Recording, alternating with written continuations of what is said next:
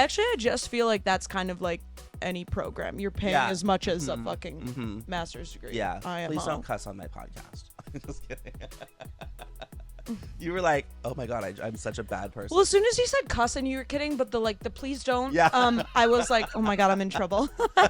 Please don't say bad words. So funny. Well, I just think it's funny. The reason that I found that funny, I'll tell you. Let's please. break it Oh down. my God, I love. So I think it's ridiculous when people go on podcasts and they let like a fucking slip or something. Yeah. Like they'll say, oh my God, I'm so fucking pissed about that.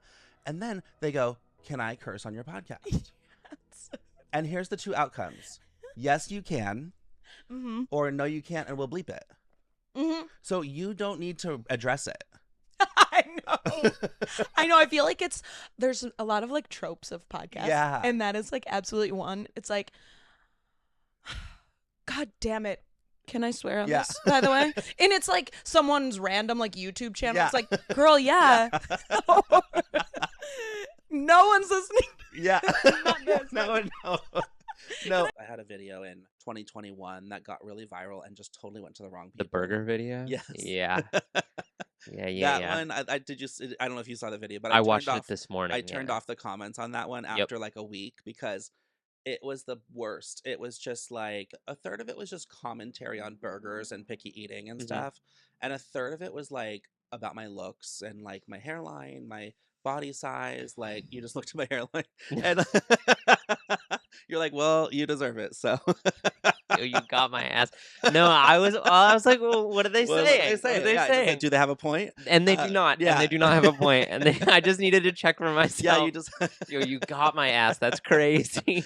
I think being Mexican is the best thing fucking ever. Yeah. I think being gay is the best thing ever. I think Double being a whammy. bottom is even more powerful. Yeah. Like I'm in that space of like who I am is the best thing ever. So that's why I'm trying to do my own comedy. Of Yeah. Like, the things that I felt most shy about are the things that I love most about myself. And so what I want people to take away from that is just that I love myself. I did like theater starting in like 3rd, 4th grade, and I wanted to act in like be on stage so badly as a kid. Yeah.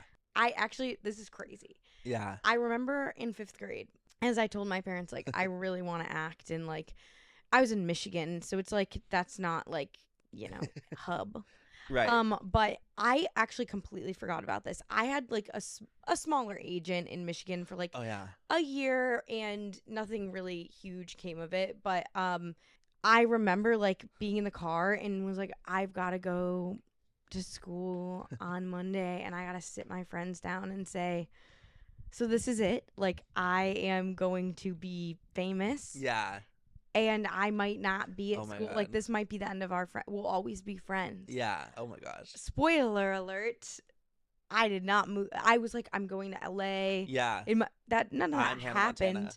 I really thought that. I worshipped Miley Cyrus as a child.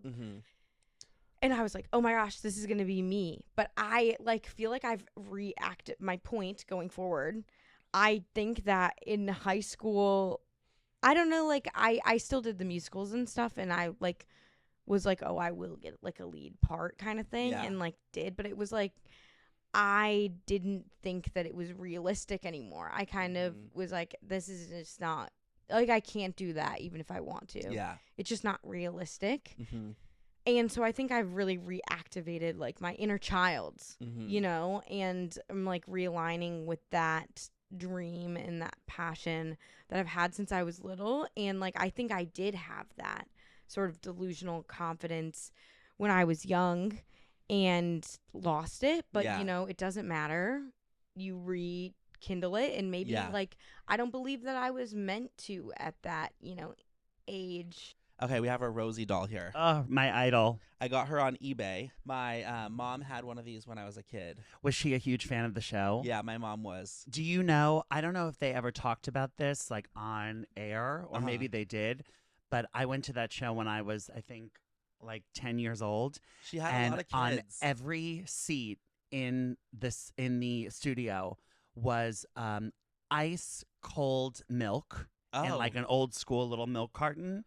Wow. And ding dongs or ho hos or whatever they were called. Yeah. Oh my God, well, that's fun. Was it fun? Oh, it was the best time ever. I didn't love the guests that I saw. Oh, do you remember who it was? I do, and it's funny because I like them both now, like as an adult. Yeah. But it was Vince Vaughn very early on in his career, and Gloria Estefan. Oh my God. Yeah, it was really cool. Old. Did at you go 10 years old with your mom or your parents or anybody? I went with my babysitter Gerda was our chaperone. Yeah. And my friend Kristen Mahoney, who I'm still friends with from 4th grade. And a boy in our class, Brad Tucker, who I years later I regret having him because he was mean. This episode of Life in Bold is brought to you by Straws for Straight Guys. Do you ever wish that you could get your drink just a little bit closer without having to look like you're finally succumbing to your homosexual desires? Our straws look like vaginas, so no one will think you're a little light in the loafers when you're drinking your drink. Cheers. I remember we did a play about Thanksgiving. Basically, this girl doesn't want turkey for Thanksgiving. And her parents, I guess she in my mind, she gets in a fight with her parents. And she goes out to the backyard and is thinking about what kind of food she wants for Thanksgiving. So a tomato comes up to her. Wow. And I'm just imagining that whoever wrote this is extremely high. You're so right. A tomato came up to her and is like, do you want me for Thanksgiving? And she's like, no. And then cheese comes up to her. And she's like, no. Wow. And then pepperoni comes up to her. And then at the end, a big pizza comes up and she's like, yes. And I was the big pizza. You're the thing everyone wants. I was what everybody wanted. Everyone has such a unique person in who they are. Yeah. And I feel like the world we live in, specifically now with social media and stuff, it's so easy to dull and mute the boldness. Yeah. And so that's something I struggle with. I'm like, I just want to delete social media because I feel like it takes away my creativity and my brain. But I feel like throughout my life, I have felt like people, whether it has been in performing or in my everyday life and how I act, telling me I'm too big, telling me I'm too much so many times. Yeah. So after a while, it hits you and it makes, and I've had times in life where I feel like, how do I even get to that person anymore? Yeah. And then I've had times where I'm like, oh, I'm almost full bold Nicole. Yeah. Yeah. And I feel like right now I'm in a good spot. Yeah. No, yeah, I think so. Yeah. And a brilliant philosopher once said, it's not about how fast you get there. It's not about what's waiting on the other side. It's the climb. That philosopher is Miley Cyrus. But I've been just really into that whole idea of as long as you're on the path, as long as you're doing something often or as much as you can to go after what you want to achieve, that's what matters more than achieving it. You know what I mean? Obviously achieving things is fun, but of course. It's I can't really do that. So right. Yeah, we obviously are in achieving really anything. Yeah. I did it recently on a TikTok where I posted about, I'm going to give a call out to my arms, but I've always been self-conscious about wearing sleeveless as I've gotten older, and that's always been a body image thing. And I realized when I look back at pictures of me 10 years ago, oh my gosh, what was I thinking? My arms looked great then. So I've decided to take that mindset ahead, and I made a TikTok about this. Yes, I remember I saw it. Okay. And I said, I'm now going to think of myself as 83-year-old me talking to 63-year-old me instead of looking at it the other way. So now I always go, man, my arms look good for 83. You know, I always know, and it's not that I know that I feel 83. It's the opposite. It's learning from your older self that you haven't yet met. Yeah. Is this a Rosie doll? Yes. Oh my God. I'm sorry. No, yeah. No, we have to talk about it. Because, she is one of the, I love Rosie. I follow her. And she's like, Gavin Newsom, we need you to step up now. She's like, Joe, you've done a great job. And it's just pictures of grainy photos of Gavin Newsom. And it's Rosie, you got it. So funny. You don't just have Mint Mobile, do you? You have good service, right? Well, she posted a picture on her feed of Donald Trump's hair, and she was just like, what's this hair? Yeah.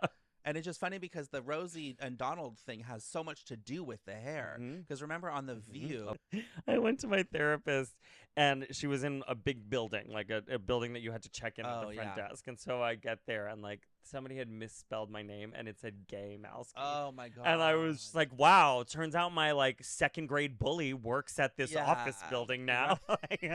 Did anybody call you that as a kid? Yeah, Gay J. Yeah. Gay J. People call me Ben Gay. Oh, because of the medicine. Yeah. That's really funny, though. That's kind of like, I don't know. That sounds like a Jiminy Glick line. Yeah. No, but it was people. There was all these commercials for Ben Gay, and people were like, Ben Gay, Ben Gay. I know, that's pretty bad. When you have perspective in your 30s, it's much funnier. It's like, it's fun. The thing about homophobic jokes is they can sometimes be funny. Okay? Like, when I went viral because I did a burger video on TikTok in 2021, I all I did was my friend filmed me ordering a burger at a restaurant, and I put it online. It's almost at 5 million views. Stop it! How have I never seen this? It's pinned on my profile, so you can watch it on the train home. And the homophobic comments are just like, and the biggest one was people would be like, "Oh, he looks like he likes meat between his buns," and I'm just like, you know,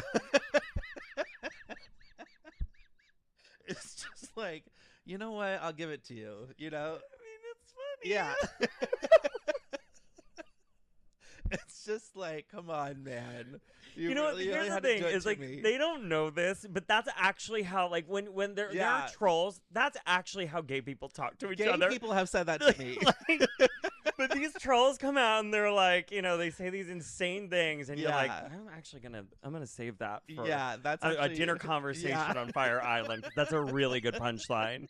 That's the other thing I love about it is it's been going on for a long time. So it's been like, it seems like you found something that works. You found something that you love doing, and you're sticking with it, and you've done it, and it's popular, and people know what it is. I'm glad you think it's popular. Well, the time I went, no, it's people who love it. Everybody I tell about it knows about it. Love it, and people who come to the show, love it. Yeah, but it is interesting, like, to get people to come out to something that features interpretive dance, because they don't know what's going to go on. Yeah, 'cause that's the thing is I do. So these comedians talk about the films. Yeah. Then I perform interpretive dances to the film's scores. But they're even more than interpretive they are. dances. It's like I have to call it interpretive dance, but what it's an interpretive like it's just a capsule. It's like a capsule of culture. Yeah, right. It's wigs on wigs. It's camp. It's so camp. Yeah. It also, like, it is the farthest thing from being serious. Yeah. And it's very serious.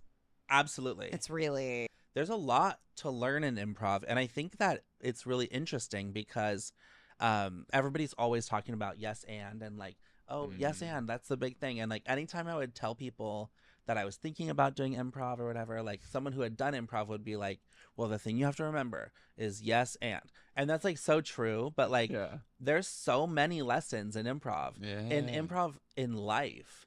Improv, I take the stage and I try to be as like interested and inspired and fascinated, curious with the other person, and I think that can go a long way just in relationships or like in business or in life. I wish, you know, like when you were in high school and like they would come and do a panel, they would be like, you just have to want it. If you can do anything else in this world, do that to be an artist. And I remember being like, I can do other things. I can't, like, man, my panels in high school were all about like puberty and cigarettes. Oh, I mean, like when they would bring in like a successful artist to come talk to you. Like they bring, like the theater club brought in someone. They were like, you just have to want it. Like if you can do anything else. And I'm like, why was the advice not how to get a day job that doesn't suck your soul and leaves you time to be creative? What about the person that says, why don't you learn how to develop a website, because you're going to need to do that? There's so many skills that I didn't know I was going to need to use to go and do this and like make it, because it's totally a business. I'll tell you about my new song. When I was in high school, I was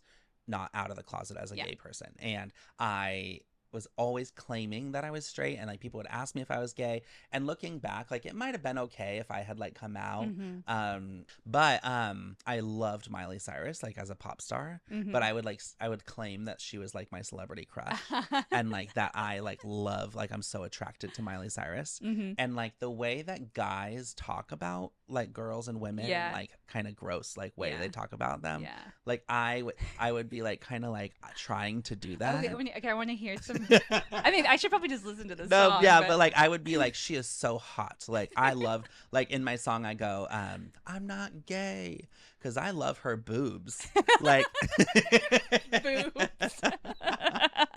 And like it's a funny song. But then when I was in high school, Miley Cyrus was dating Nick Jonas, and I really actually loved Nick Jonas. Yeah. So the bridge goes, "But when I'm alone at night, I think about Nick like all of the time. I wonder if he's gay like they say I am, and if he is, well, god damn." Oh, I love it. And so, but that's the bridge, and it's really satisfying. So I would imagine with musical improv that it would be, you have to think of stuff, and like, do you try to make everything rhime? No, I don't worry about rhyming. And like when I learned musical improv in Austin, that was like one of the first things they taught us was like, don't worry about rhyming. Yeah, you can't worry about it because it's too much. Yeah, I feel like if you can, that's great. Yeah, but it's icing. It's satisfying if you can like get a nice line with a nice rhyme. Yeah, but yeah, I see what you did there.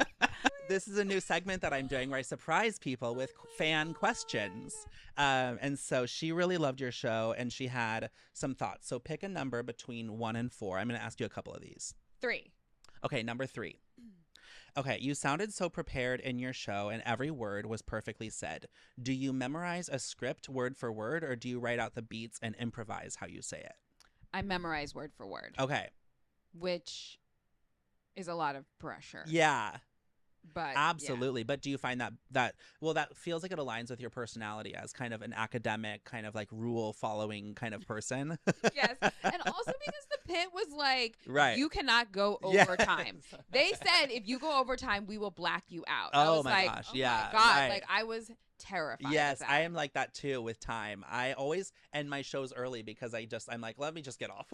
I believed them and they didn't. No, actually. I know they don't. Yeah, right. But I thought I was like, did you go overtime? I did. Yeah, okay. I tried. Well, they were probably like, to. everybody is blown away. We're not going to cut this girl off. Well, I kept cutting and cutting and cutting. Yeah. And it was just, I don't know. Yeah. I tried not to. I know. You know, but I think they just want to put fear into you and then you'll do your best. It worked. Okay, when I think bold, I think like really bright colors. Okay. Which I don't know if it's just like your whole aesthetic, but like I remember when I was trying to do my research for the pod and I kept searching life in color and I was like, why is it not popping up? And then I was like, oh, it's life in bold, idiot. But I think it's just like being very vibrant, being very like authentic to yourself, circling back. But I think that, it's just like being your truest version of yourself, I think is living like a bold life and not being afraid to like put yourself out there in whatever aspect it might be. Yeah. You know, a lot of people have all these opinions about trans people. They don't even know one trans person. Like, you know what I mean? And like, I just think that period. I just think that. Yeah. You know? At this point, it's like no one's going to tell me shit about me. Like I know exactly who I am. Yeah. I'm gonna like I know what I like, I know what I love, I know what I hate. This is who I am. No one's ever gonna tell me differently. Right. Yeah. You know what I mean? Yeah. And more people like, and that's the other thing going into like this fucking horrible presidency. It's like now more than ever. You know what I mean? It just you have to be you. Did you have a moment with Donald Trump being president where you were like, am I gonna keep going on stage? Oh yeah. You know what I mean? I did. Well, first of all, when it all went down, which was what a horrible night that was. I felt guilty even like talking about performing. I know. Did you get that feeling? I felt guilty. Like I guess what I mean is like I felt guilty promoting like shows. Yeah, and, like I'm like talking about yourself. Yeah. I was like I'm just like oh, fuck. But at the same time, on the flip of it all, it's like no. You do this. Yeah. Because one of the gifts you have, Steven, is you can crack people up. Yeah. And that's what we need right now. For right. the love of fuck, we need that right now. I think, and like the blanket over them, and like it's gold, and I'm like a gold blanket. What's the material? I think like a satin gold blanket. Might just be making this up. I know. That's making me cold. But don't you think that there's always a blanket? I don't know. There's always like a blanket. There's in a always a blanket. Well, there's always a little sheet, and then she stands up and she wraps the sheet. And she goes to the bathroom, and I'm like, you guys did have sex. They both have a top sheet. Like there's 2 top sheets. I've never thought about that. Me neither. You're so right. Why do they both have a top sheets are in the bed? Wait. That's so funny. That's so true. Yeah, he's got a top sheet and it's like just here. Yeah. Because yes. Yeah. She's got a top sheet and she's wearing it elegantly to the bathroom, even though we've seen it all. Yeah. They each other. Yeah, right. It's so frustrating. Yeah, what we need in films Yeah. is raw, real sex on camera. Yeah.